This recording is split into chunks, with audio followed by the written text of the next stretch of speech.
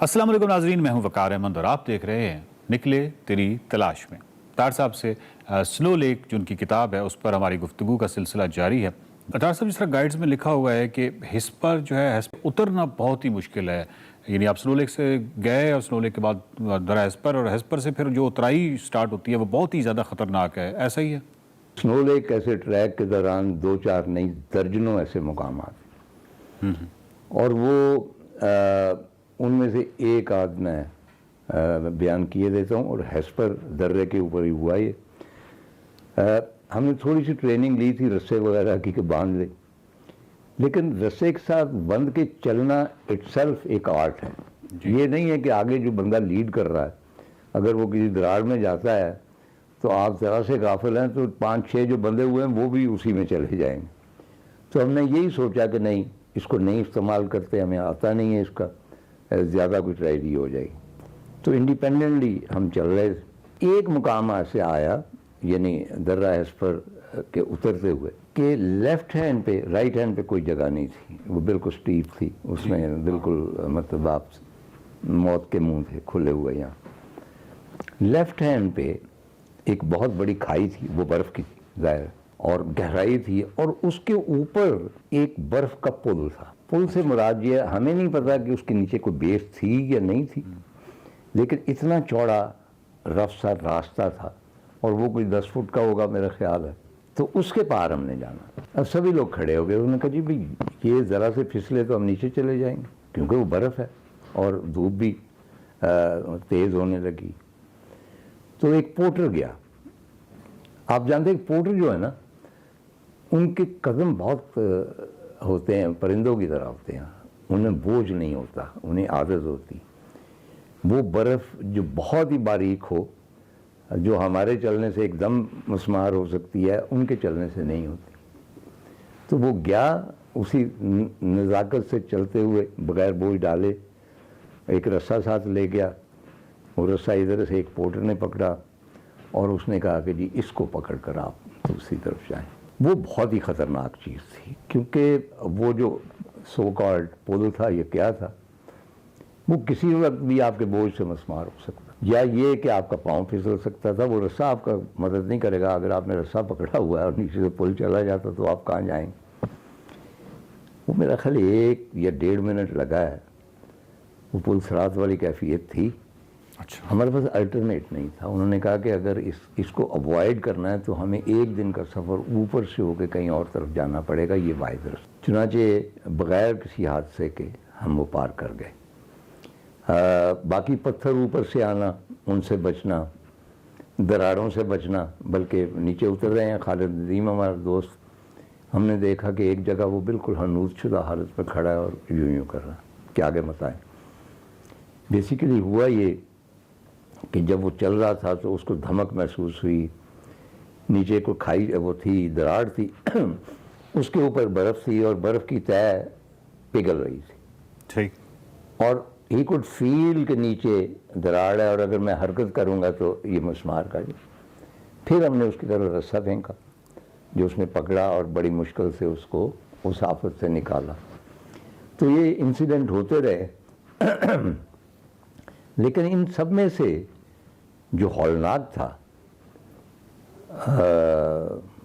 بہت ہی ہولناک، جی جی، وہ یہ تھا۔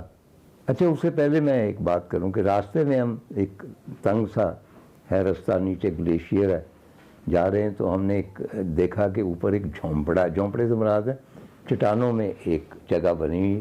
وہ کہنے لگے جی یہاں شکاری رہتے ہیں آگے ونٹر میں۔ وہ بڑی مجھے وہ فیسینیٹ کیا، وہ شکاری جھونپڑا جو تھا، اس میں گھاس وغیرہ تھی، تو وہ آ کے چھپتے ہیں، اور یہاں مارخور کیونکہ ہوتا ہے اس کا شکار کرتے ہیں، اور مارخور کے سینگ ہم نے جگہ جگہ دیکھے۔ وہ لوکل لوگ کرتے ہیں خوراک کے لیے، وہ شکار کے لیے نہیں کرتے۔ چنانچہ ہم جا رہے ہیں بڑی خیر و عافیت سے، ہمیں کوئی پرابلم نہیں ہے، رستہ جا رہا ہے، اور یکدم آگے دیکھتے ہیں کہ وہ رستہ گرا ہوا، اور وہ سنگریزے ہیں، اور آگے سنگریزے ہیں کوئی 4-5 فٹ، اس کے بعد رستہ شروع ہوتا ہے، اور لیفٹ ہینڈ پہ سنگریزے کہیں بھی نہیں جا رہے، نیچے ایک گہری کھائی ہے، اور اس کے اور یہ ساری برف ہے، یہ کھائی ویسی نہیں ہے، چٹانی نہیں ہے، برف کی چٹانیں ہیں اور نیچے شاید کوئی ندیاں بہہ رہی ہیں اور ان کی گونج ہے اور ڈارکنیس ہے. یو کن سی اس کا پیندہ یا آپ کہہ لیں اس کا جو آخر تھا وہ نظر نہیں آ رہا تھا.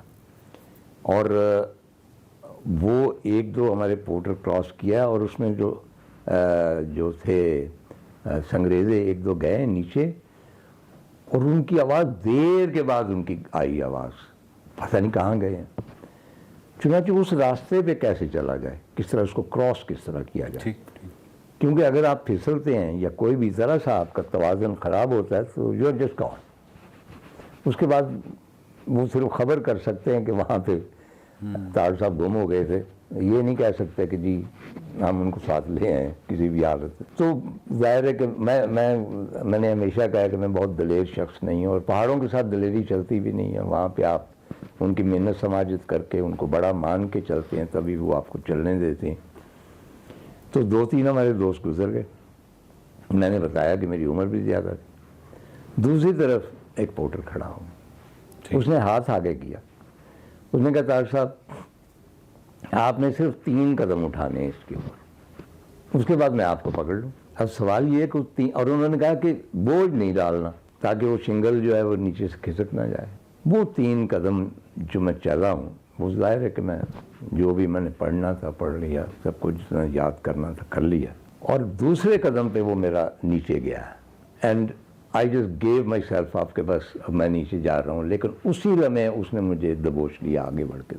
اس کے بعد دوسری طرف اس نے مجھے لٹایا اور میں بے سود ہو کے پڑ گیا ہوں. میرا خیال آدھا گھنٹہ اس کی دہشت جو تھی اور اس کی گونج جو تھی وہ موت کی گونج تھی, وہ مجھ پہ طاری رہی. ہمارے 2 ساتھی ایسے تھے جنہوں نے انکار کر دیا, انہوں نے کہا جی ہم نہیں کراس کر سکتے. اب میں انہیں یہ نہیں کہہ سکتا تھا کہ میں اس عمر میں کر گیا ہوں اور آپ تو جوان ہو, نہیں, کیونکہ میں نے جس طرح کیا میں جانتا تھا اور میں نہیں چاہتا تھا کہ ان کی جان خطرے میں. تو ان کو ہم نے پھر وہیں چھوڑ دیا. ہم آگے چلے گئے 1-1.5 گھنٹے کی مسافت پہ ایک کیمپنگ سائٹ یا جگہ تھی, ڈاٹیگان تھی یا کون سی تھی, اور وہاں سے پھر ہم نے ان کے لیے پورٹروں کو واپس بھیجا, رسوں کے ساتھ بھیجا. طاہر صاحب یہ جو کھانی باسا ہے کیمپنگ سائٹ, وہاں پہ اس کے والے سے 1-2 چیزوں کا آپ نے ذکر کیا. ایک تو یہ ڈیٹ جو تھی یہ 14 اگست 1996 تھی, یعنی 14 اگست آپ کو کھانی باسا بھی ہوئی. یہاں پہ آپ نے پتنگیں بھی اڑائیں, پتنگ اڑائی اور حلوہ کھایا اور اس طرح کے. یہ پورا ذرا قصہ بیان کیجیے 14 اگست 1996 والا جب آپ کھانی باسا پہ تھے. ہاں, یہ کھانا باسا جو ہے یہ وہ میرا خیال ہے کہ اتر کے ہیشپر جی کہ اتر کے پہلی کیمپنگ سائٹ تھی, اچھی پرفضا کیمپنگ سائٹ تھی. گلیشیئر بہت قریب تھا, ساتھ تھا, اور سردی تھی بڑی شدید. 14 اگست تھا تو ہم نے کہا کہ 14 اگست کو سیلیبریٹ کیا جائے, اور آپ جانتے ہیں کہ مسلمان حلوے پہ مرتا ہے. تو ہم نے ان سے پوچھا کہ حلوہ بنا سکتے ہیں, انہوں نے کہا جی بنا سکتے ہیں.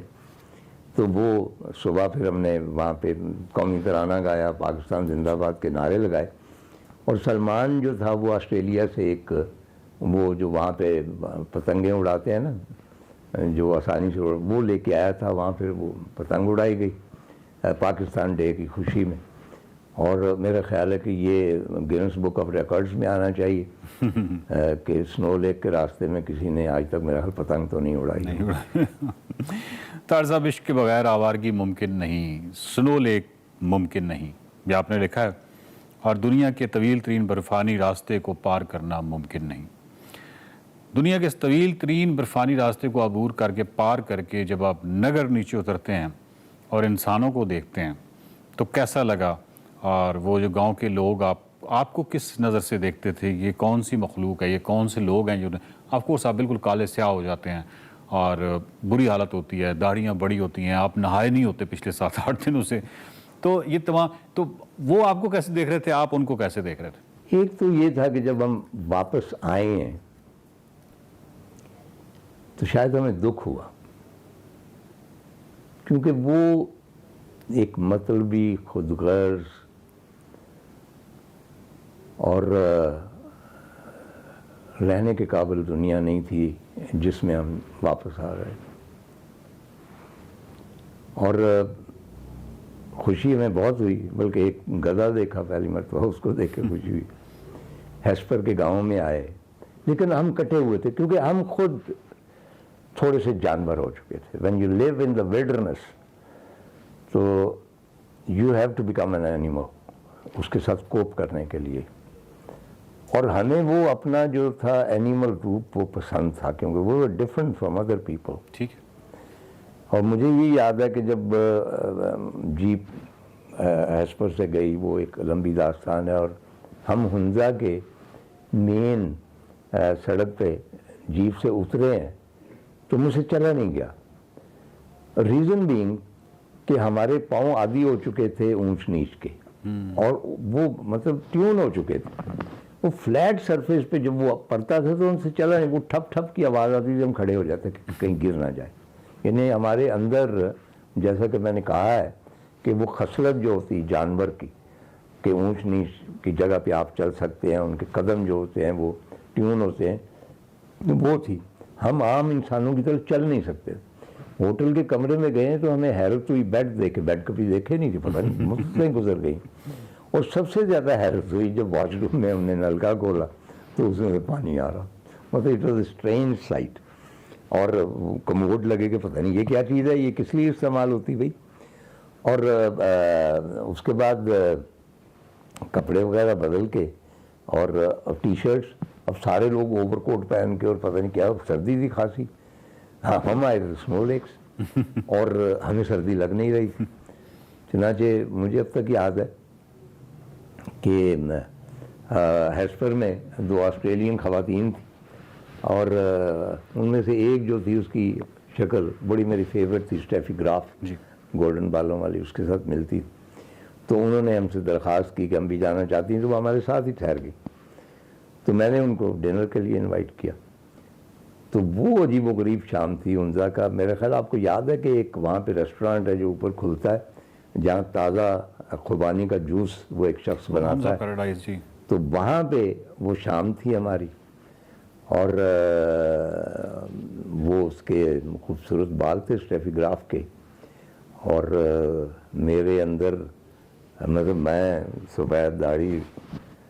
تو مجھے اس نے کہا کہ بھئی آپ اور کریں گے ٹریکنگ کوئی. میں نے کہا نہیں کافی, میرا خیال ہے زندگی بھر کے لیے ٹریکنگ کافی.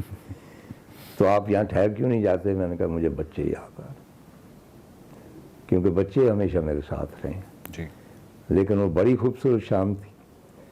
اور اب اس بڑھاپے میں ایٹ دا ایج آف 82 میرا خیال ہے کہ جو طمانیت ہوتی ہے جب وہ مومنٹس آتے ہیں, کبھی بیماری کے, کبھی لاچاری کے, کبھی سانس چڑھتا ہے, تو میرے خوابوں میں نہیں, وہ تو اب پتہ نہیں چلتا کہ کیا واقعی میں وہاں تھا.